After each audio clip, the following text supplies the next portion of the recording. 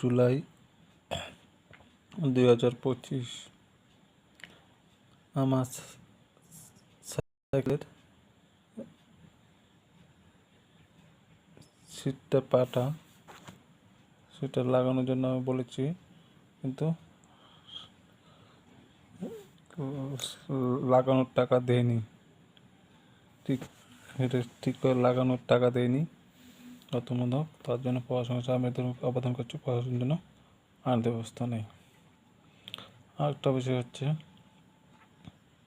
আমার সাথী একটা জয়েন্ট ছিল, জয়েন্টটা একটা রিপোর মতো ছিল, রিপোর্টটা খুলে